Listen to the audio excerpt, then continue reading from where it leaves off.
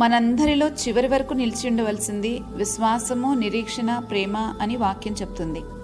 వాస్తవికమైన ఆత్మీయ అనుభవం లేకుండా ఈ మూడు నిలిచి ఉండే అవకాశం లేదు.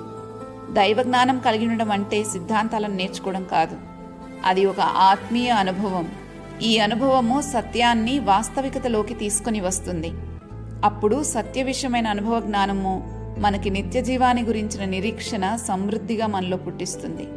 ఒకవేళ ఈ అనుభవమే లేకపోతే నిరీక్షణ లేని ఇతరుల వలె జీవిస్తూ ఉంటాం. వాస్తవికమైన దైవానుభవాలు లేకపోతే అక్రమము విస్తరించి దాని వలన ప్రేమ చల్లారిపోతూ ఉంటుంది. నిరీక్షణ లేక ప్రేమ లేకపోతే విశ్వాసము ప్రయోజనకరము కాదు. ఎందుకంటే గలతీ 5:6లో ఈ విధంగా రాయబడింది, ప్రేమ వలన కార్యసాధకమగు విశ్వాసమే ప్రయోజనకరమని.